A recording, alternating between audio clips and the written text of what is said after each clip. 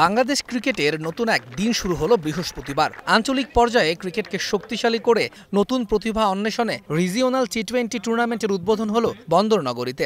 সকালে নগরীর সাগরিকায় বীরশ্রেষ্ঠ শহীদ ফ্লাইট লেফটেন্যান্ট মতিউর রহমান স্টেডিয়ামে এই টুর্নামেন্টের উদ্বোধন করেন বিসিবি সভাপতি আমিনুল ইসলাম বুলবুল।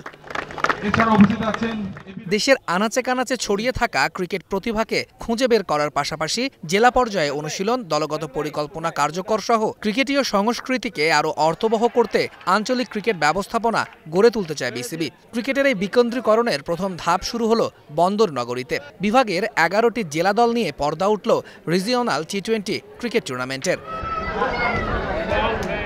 জেলা উপজেলা থেকে নতুন ক্রিকেটার খুঁজে বের করতে আঞ্চলিক ক্রিকেট খুবই গুরুত্বপূর্ণ ভূমিকা রাখবে বলে জানিয়েছেন বোর্ড সভাপতি। আমার কাছে যেটা মনে হয় যে ডিসেন্ট্রালাইজেশনটা শুধুমাত্র ক্রিকেটের প্রতিযোগিতামূলক না, প্রত্যেকটা জেলা যেন তার নিজস্ব জেলার যে ক্রিকেট সত্তা আছে সেটা যেন তারা প্রস্ফুটিত করতে পারে। বিভিন্ন উপজেলা থেকে স্ট্রং প্লেয়ারগুলো জেলাতে এসে খেলতে পারে। সেই জেলা একটা ভালো নট অনলি ক্রিকেট টিম করতে পারে, একটা ক্রিকেট পরিবার তৈরি করতে পারে। সেখানে ফিজিও, ট্রেনার এবং সব সাপোর্ট স্টাফগুলো তৈরি করতে পারে। এবং প্রথম ইভেন্টে যে পরিমাণ সাড়া আজকে দেখলাম, সেটা শুধু এটা চিটাং শুরু করলো।